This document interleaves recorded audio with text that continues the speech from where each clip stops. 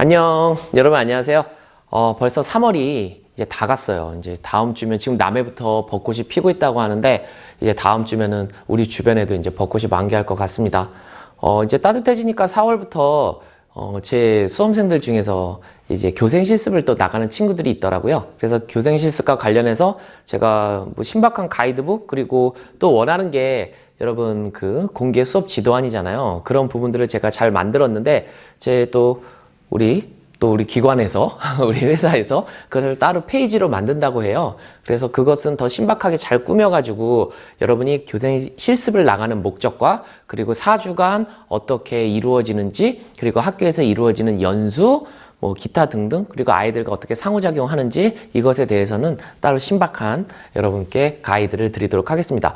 제 수업 4주차 이제 심화 강의는 4주차가 들어가는데 제가 유튜브 강의 중에서 이제 오늘은 교육 행정과 관련된 말씀을 조금 드리려고 해요.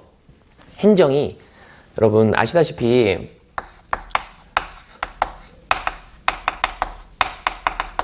이 교육 행정 파트가 동방불패예요. 동방불패. 꼭 뭐 어떤 동방불패 싸워서 이긴다라기보다는 꼭 출제가 되기 때문에 이제 중액 중에 중액이죠. 교육과정과 이제 더불어 가지고 양대 산맥인데요. 정시에 또는 얘는 추시까지 다 합쳐서 나오지 않은 적이 없어요. 늘상 출제가 되는데 우리는 공부하는데 사실 보면 중액적인 세 파트가 있어요. 중액적인 세 파트 자체는 우리가 하나 보면 가장 중요한 조직론, 그리고 지도성, 그리고 장학, 이렇게 세 파트로 나눠요. 여러분 사실 보면. 그런데 이 세 파트 중에서도 가장 중요한 게 지도성 합쳐서 조직론에 들어가거든요. 그래서 하나는 학교의 조직에 대한 내용이고요. 그리고 이 조직의 실제에 대한 내용입니다. 그런데 이 실제가 사실 보면은 인사적인 측면이 있고요. 재정적인 측면이 있고요. 그리고 정책적인 측면이 있습니다. 그리고 어떠한 정책이 만들어지면 이것은 학교에 대한 경영 또는 학급에 대한 경영으로 드러나게 되죠. 그래서 크게 보면 학교 조직에 대한 이론적인 측면이 있고요. 그리고 실제적인 측면이 있다. 여기에서 나고 사실 이 장학이라고 얘기하는 것은 여러 선생님들이 전문성을 우리가 얻게 되면 그 전문성을 신장시킬 수 있는 가장 유일한 창구이기도 해요. 그래서 인적 자원과 관련된 이 인사와 관련된 부분, 여기서 이제 핵심적인 게 이제 장학이 되는 거고요. 그리고 이 조직론과 관련된 부분만 잡으면 사실 그 전반적인 교육 행정은 마무리가 되는 건데 이게 여러 가지로 나뉠 수가 있어요. 그래서 제가 이번 시간에 여러분께 드리고 싶은 말씀은 전반적으로 교육 행정이 어떻게 구성되고 우리가 무엇을 공부해야 되는지를 말씀드리려고 합니다. 매우 신박한 얘기예요. 먼저 바운더리를 잡은 다음에 세부적인 것을 이제 배우시면 되고 맥락적으로 이해했을 때 이게 왜 출제되는구나 이 감을 잡으시면 됩니다. 나중에 여러분이 어떠한 개론서라든가 그 이론을 여러 강사로부터 배울 때 이제 머릿속에 그게 이제 이해가 되는 하나의 관련 정착 의미가 되겠죠. 하나하나 살펴보면 먼저 요거 정리하고 갈게요. 이게 짧으니까. 인사와 관련된 것은 이제 전문성 유지를 위해서 장학이 가고 재정과 관련된 부분은요. 사실 보면은 시험에 출제될 수 있는 파트가 예산 편성 기법과 또 하나 난다면 여기는 재원이에요. 우리나라의 그 교육 재정을 얻게 되는 그 재원은 크게 보면 네 가지라고 볼 수 있어요. 하나는 말이 좀 생소할 수 있어요. 여러분 지방교육 재정 교부금이라고 있어요. 이게 중앙정부에서 주는 건데 거의 대부분의 우리 예산이 여기서부터 잡히죠. 그리고 또 하나가 지방 자치단체로부터의 전입금이 있어요. 전입금이라고 일반적으로 얘기하거든요. 이제 지자체에서 얻게 되는 여러 가지 그 세율 중에서 특히 대표적인 게 여러분 그 담배세 같은 거거든요. 그래서 거기서 몇 %를 우리가 이 교육 예산으로 끌어오는 거죠. 그리고 보조금이라는 게 있고요. 그리고 자체 수입이라는 게 있습니다. 이 자체 수입 같은 경우는 학교에서 그 체육관이라든가 이런 것을 배드민턴 동호회에 임대해주면 받게 되는 뭐 기초적인 많이 받지는 않고요. 그 운영비 정도 받죠. 그리고 학교 발전 기금이라고 얘기해서 어느 독지가가 이제 학교에 발전 기금을 낸다? 그럼 그걸 투명하게 받아서 또 운영할 수 있는. 크게 보면 요 네 가지로 여러분 그 재원이 마련이 되고요. 예상 편성 기법 같은 경우는 여러분 가장 쉽게 우리가 알 수 있는 게 목표 관리 기법이 있고, 그리고 영기준 예상 기법이 있고, 그리고 부정을 방지하기 위한 품목별 예상 기법이 있습니다. 이 세 가지 정도의 기본적인 개념과 각각의 장단점이 있거든요. 그래서 이 정도만 알아두면 재정은 끝이 납니다. 그리고 정책적인 부분은 우리가 이 정책적인 부분이 이제 가장 잘 드러나는 게 학교에서 이제 강조하는 게 요즘에 교육 자치제 아니겠습니까? 그래서 교육 자치제와 관련해서 학교 운영위원회,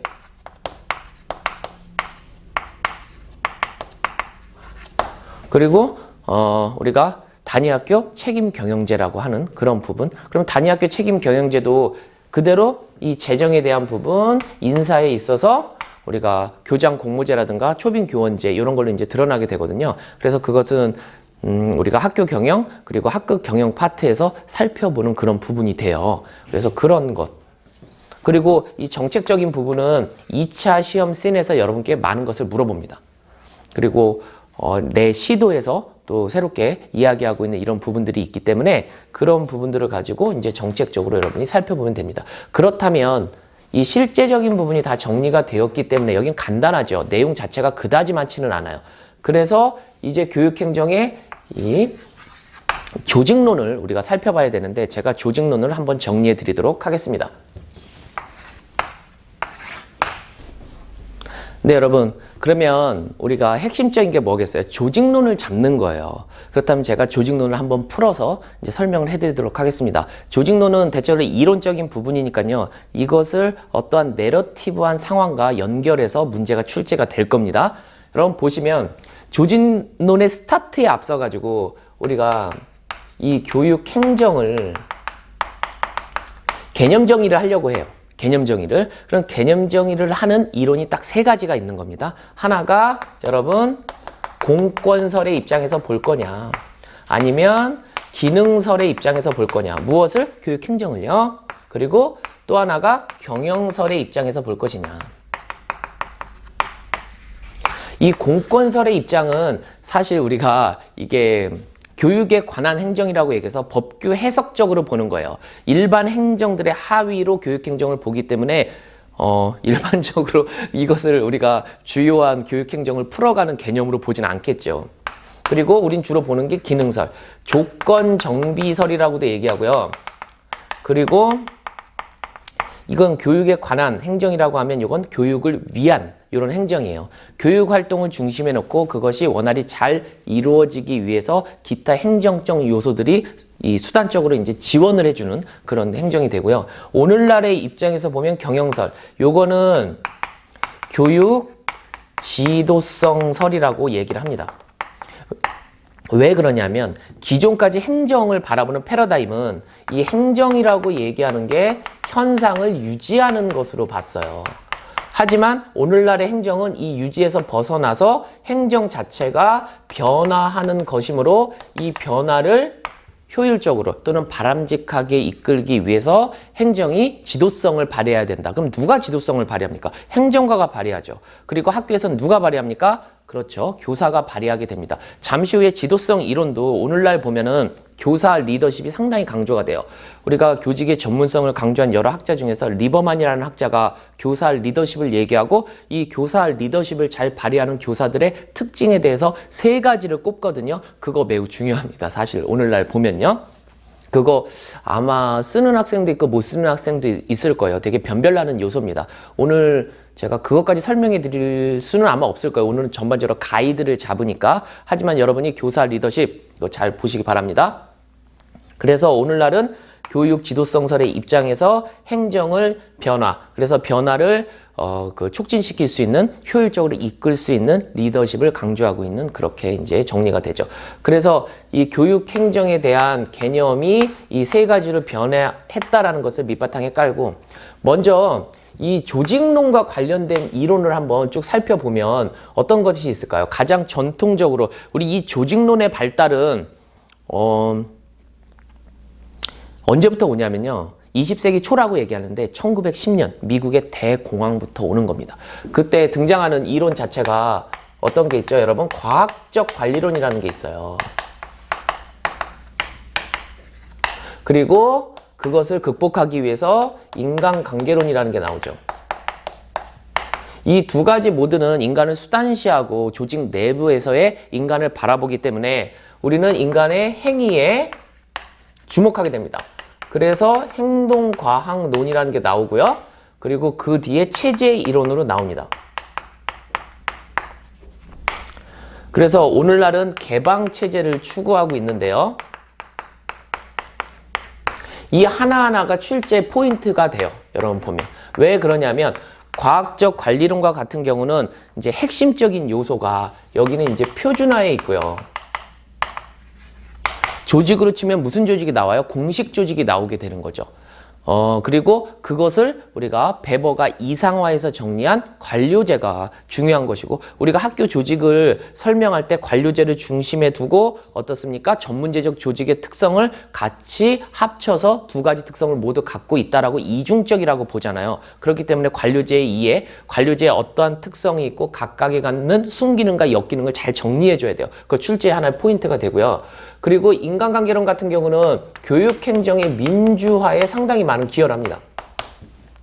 그리고 행동과학은 여러 가지 행동적인 특성을 가지고 체제 이론으로 같이 붙어주면서 교육행정을, 이 조직을 개인의 역할과 그리고 사회적인 역할과 개인의 인성적인 측면의 조화로 보면서 어떻습니까? 역할 인성 모형이라는 게 나와요. 그래서 우리가 역할을 강조하면 대표적인 게 어디죠? 군대 조직이고, 인성을 강조하게 되면은 예술가 조직이고, 그 중간 정점에 학교라는 조직이 있다라고 보는 거죠.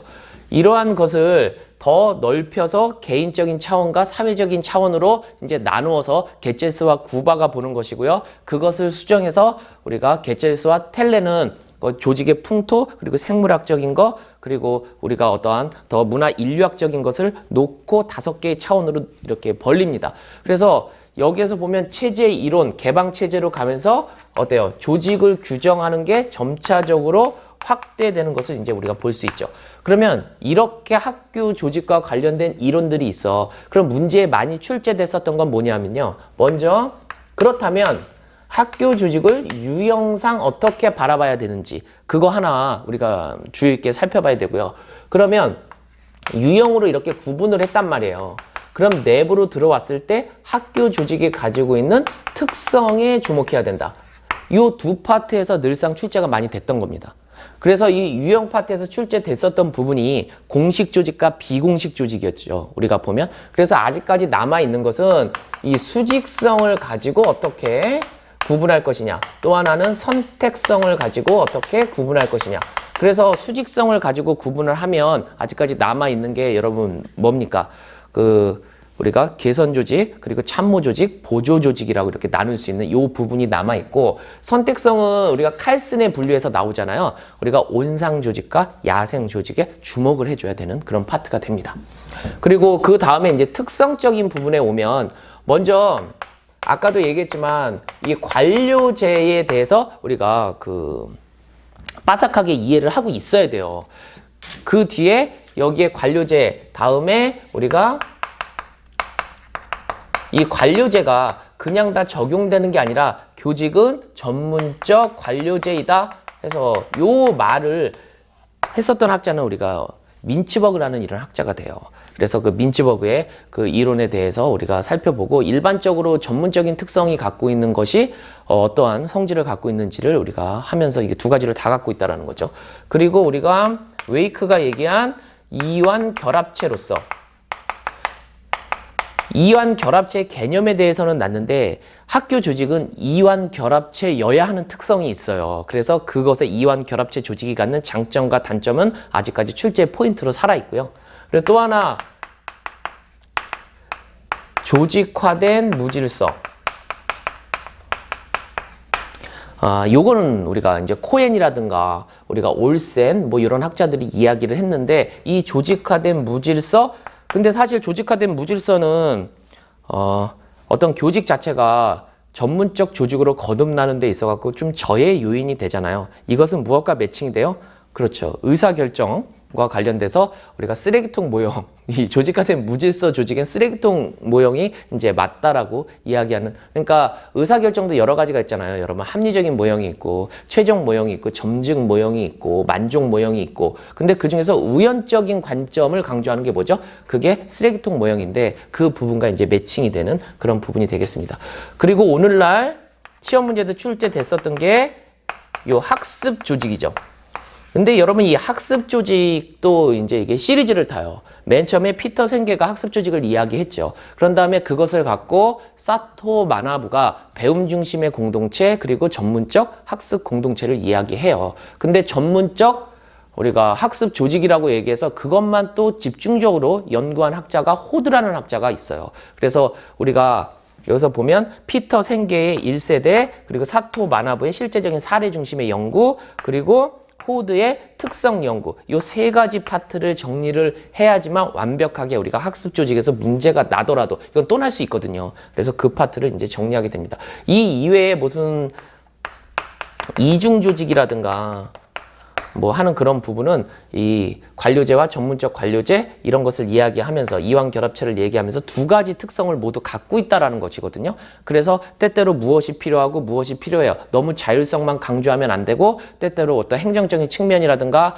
어떤 교사의 어떤 근무라든가 막 이런 것은 관료제적인 특징을 우리가 띌 필요도 있다. 라는 그런 측면을 우리가 강조하면서 이제 지나가게 되는 거죠. 어쨌든 이 파트가 가장 출제가 많이 되는 그런 파트가 되겠습니다.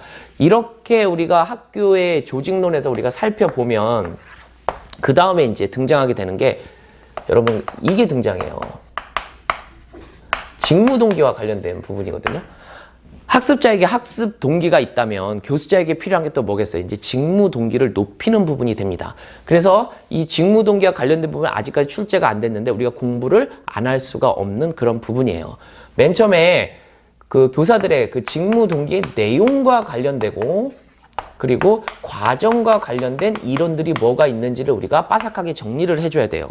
어설프게 정리를 했다가 공부를 괜히 해놓고 나중에 그 문제 출제됐을 때 보긴 봤는데, 보긴 봤으면 뭐예요? 쓸 수 있어야지. 그게 안 된단 말이에요. 중요한 건 이 과정입니다.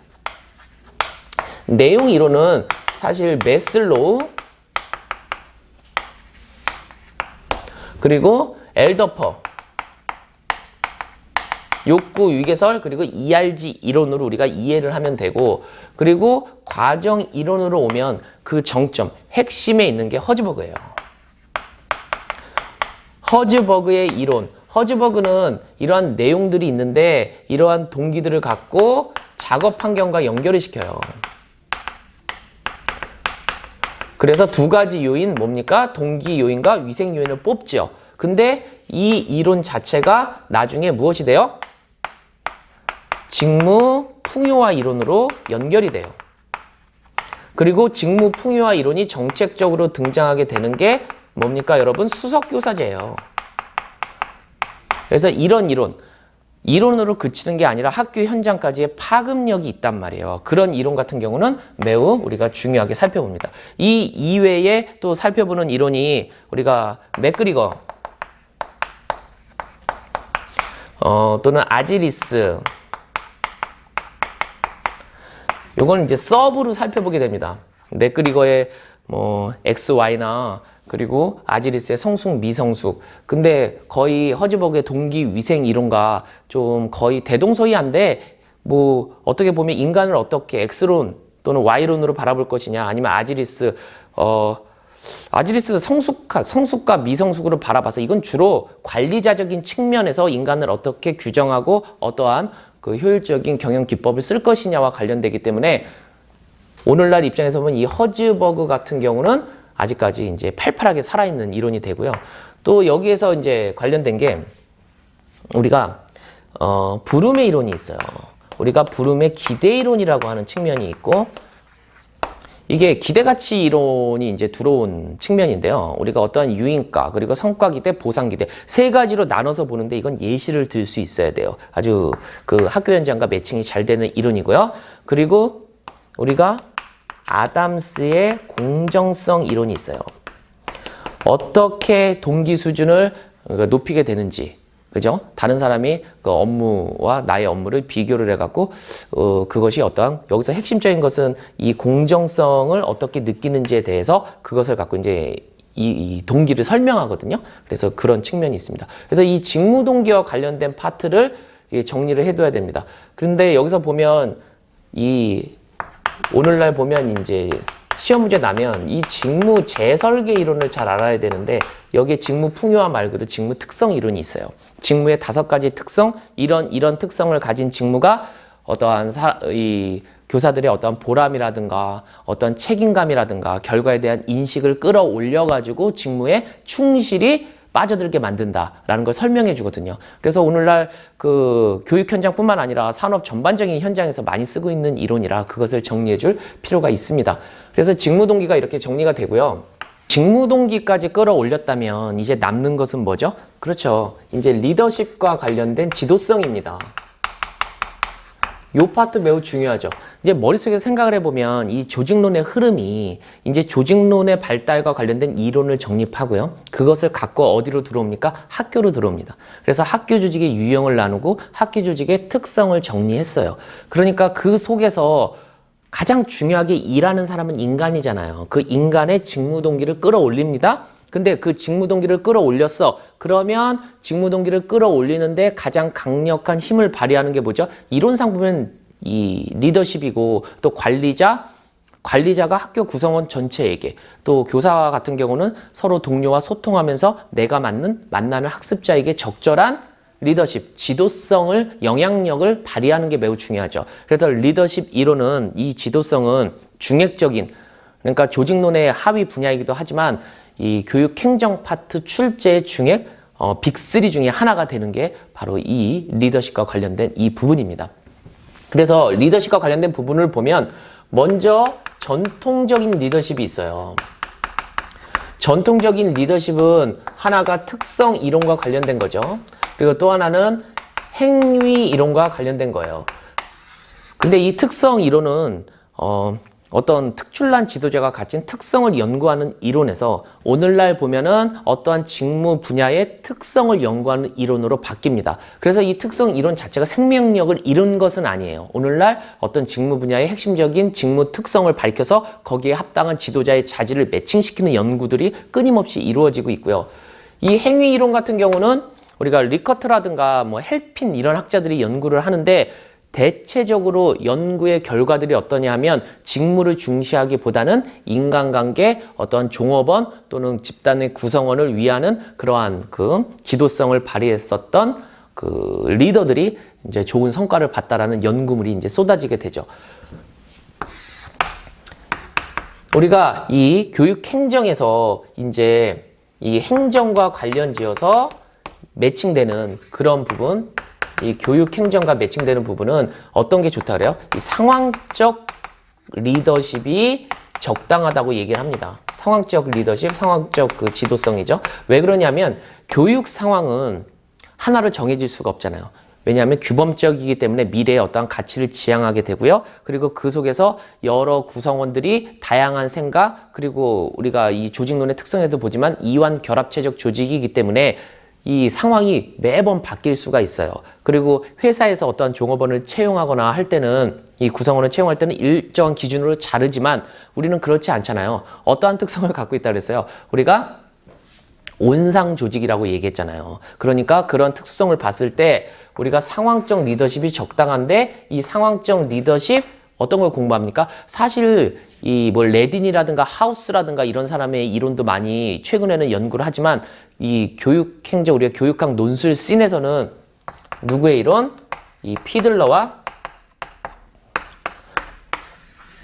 허시 앤 블렌차드의 이론 이 두 가지를 주로 살펴보게 됩니다. 이 피들러의 이론은 비교적 아주 간단하죠. 지도자가 발휘하는 것이 관계를 지향할 것이냐, 과업을 지향할 것이냐, 무엇에 따라서 상황의 호의성에 따라서 된다. 그래서 이것을 중심으로 여러분 살펴보시면 되고요. 이 문제가 은근히 제가 모고를 치면은 허시 앤 블렌차드 이거 틀리는 사람이 상당히 많아요. 왜 그러냐면 우리가 전반적으로 봤을 때 지시형과 지도형, 그리고 참여형, 그리고 이제 위임형 이 네 가지잖아요. 그 상황에 따라 가지고 네 가지 상황을 우리가 적절하게 구사해야 되는데 거기서 과업과 관계를 어떻게 지향하는지 여기가 헷갈리는 부분이 있거든요. 그 부분 포인트를 두어서 이제 공부하게 됩니다. 여기서는 중요한 게 성숙도, 직무 성숙도, 심리적 성숙도에 따라서 지도자가 어떻게 해줘야 되는지, 그리고 어떠한 방식으로 지도성을 발휘해야 되는지 시사점이 상당히 많거든요. 이 부분 살펴보고 또 하나 남은 게 이제 오늘날 중요시하는 대안적 지도성이 됩니다. 대안적 리더십은 크게 보면 교직 자체가 전문직이라고 했을 때 이 전문직 하면 크게 두 가지죠. 하나가 도덕성을 갖춰야 되고 또 하나가 자율성을 발휘해야 되는 측면입니다. 그래서 도덕성과 관련지어서 이제 여러 가지 지도성이 있죠. 서지오반니가 얘기하는 도덕성에 기반한 그 리더십이 있고요. 그리고 우리가 이번에 출제가 된 변혁적인 리더십이 있습니다. 그래서 거기에서 우리가 그 번스와 바스의 연구, 그러니까 일주기적 연구는 번스가 하고 그것을 갖고 특성을 뽑아내는 연구는 누가 합니까? 바스가 하는데 그 바스의 그 이론 네 가지, 뭐 이성화된 가마력과 개인적 배려라든가 뭐 이런 측면들을 가지고 우리가 교육학 논술을 해야 되는 그런 문제가 난 거죠. 이제 날 수 있는 파트가 이 자율성을 기반으로 한 심스 만스의 우리가 초우량 지도성이 있고요. 그리고 기타 보면은 우리가 분산적인 지도성도 있고요. 분산적 지도성. 그리고 또 주의 깊게 보는 게 문화적인 지도성. 그리고 오늘날 강조되고 있는 게 이제 미국을 중심으로 강조되고 있는 게 이 교사 리더십이라고 하는 측면이에요. 그래서 이 교사 리더십의 측면, 이걸 리버만이라는 학자가 한 세 가지의 그 특수성을 밝혀내는데 이 측면 집중해서 우리가 공부해 주는 게 좋습니다. 그래서 이렇게 리더십과 관련된 지도성과 관련된 것을 이제 정리를 해요. 그럼 이제 남은 파트가 이제 의사결정입니다. 지도성을 발휘했어. 의사결정을 어떻게 할 것이냐. 그리고 조직이기 때문에 여러 구성원들이 상충되기 때문에 무엇이 발생합니까? 갈등이 발생해요. 이 갈등을 어떻게 관리해 줄 것이냐.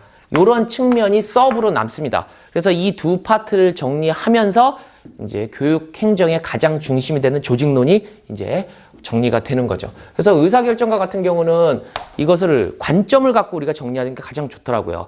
여러분 보면 이게 우연적인 관점이냐 아니면은 참여적인 관점이냐 합리적인 관점이냐를 가지고 정리를 합니다. 그래서 우리가 그 중에서 이제 가장 출제될 확률이 높은 게 이제 우연적인 관점에서 살펴보는 쓰레기통 모형이 되는 것이고, 그리고 뭐 참여적인 관점에서의 어떠한 만족 모형이라든가 뭐 이런 식으로 매칭을 해갖고 의사결정 모형을 정리를 해야 됩니다. 이거 객관식 이 문항에서도 이 많이 출제됐었던 그런 파트가 있어요. 그리고 갈등 관리는 여기서 갈등이 주는 뭐요? 여러분 순기능과 역기능을 이제 한 두 가지씩 정리를 이제 해주고요. 두세 가지씩 정리를 해주고, 그리고 개인 간의 갈등이 있어요. 이것을 어떻게 정리를 할 것인가에 대해서 우리가 그 제미슨 그리고 토마스가 연구를 해갖고 이것을 서로 다른 차원 5가지를 얘기했고요. 그리고 집단과 집단 간의 갈등이 있어요. 그건 사이먼과 마치가 그 연구를 했거든요. 그래서 그 조정 기제에 대해서 어떤 방식으로 어떠한 형태가 있는지 에 대해서 이제 뭐 정치적 타결까지 해갖고 여기서 이제 4가지로 이제 정리가 됩니다. 그래서 우리가 의사결정 갈등 관리까지 이렇게 정리해 주면은 제가 전반적으로 이 조직론에 대한 이론을 정리했고 학교 조직의 특수성을 이제 잡았습니다. 어떤 유형적으로 나누고 그 성격적인 특수성으로 나눴고, 그 다음에 우리가 보다시피 이제 그 안에서 일하는 사람이 그 어떤 교사라든가 구성원이잖아요. 일하고 싶게 만드는 직무 동기에 대해서 살펴봤고요. 그리고 리더십에 대해서 살펴봤고, 여기서 의사결정과 그리고 갈등까지 살펴봐요. 그러면 전반적으로 조직 내에서 흘러가는 여러 가지 이론들은 다 정리가 된 거거든요. 그리고 그 뒤에 제가 모두에 말씀드린 것처럼 인사와 관련된 거, 그리고 재정과 관련된 거, 정책과 관련된 실제에 대해서 정리를 하는데 그 인사와 관련된 부분에서 하나 남은 게 있죠. 그 장학적인 측면이죠. 그 장학과 관련된 부분은 이제 학교 중심의 장학이고요. 요즘에는 교실 중심의 장학이고요. 그리고 교사 중심의 장학입니다. 따라서 컨설팅 장학이라든가 아니면 임상 장학, 그리고 지구별 장학, 교사 발전 장학, 그리고 선택적 장학 이런 파트를 중심적으로 놓고 봐야 되고 특히 장학 파트는요. 실제적인 게 되게 중요해요. 어떻게 실천할 것인지. 오늘날 교수학습도 그렇고 교육행정도 그렇고 어떻게 교수학습 이론을 수업에 적용할 것인지 그리고 행정적인 뭐 여러 가지 이론들이 학교 현장에서 어떻게 드러나고 있는지 이런 파트에 우리가 그 중점을 두고 살펴보는 이런 파트가 되겠습니다. 상당히 제가 어떤 것을 공부해야 하는지를 설명하는데도 길어. 이게 유튜브 제가 15분 미만으로 자르려고 했지만 그래도 길어. 하지만 행정 요 파트는 늘상 출제가 되는 부분이기 때문에 속속들이 제가 이렇게 말씀을 드리지 않을 수가 없었어요. 그러니까 제가 말씀드린 부분을 중점적으로 잡아서 여러분이 여러 서적을 보신다든가 아니면 뭐 여러 강사들의 수업을 듣더라도 꼭 깊이 있게 연구하시기 바랍니다. 그리고 논술로 쓸 수 있게 해주시기 바라고요. 제가 여러분께 그 많이 공개하는 그 모의고사라든가 이런 거 많이 참여하시면 많은 도움을 받으실 수 있을 겁니다. 언제나 여러분을 응원하겠습니다. 여러분 힘내세요. 파이팅! 오늘 여기까지 할게요. 안녕!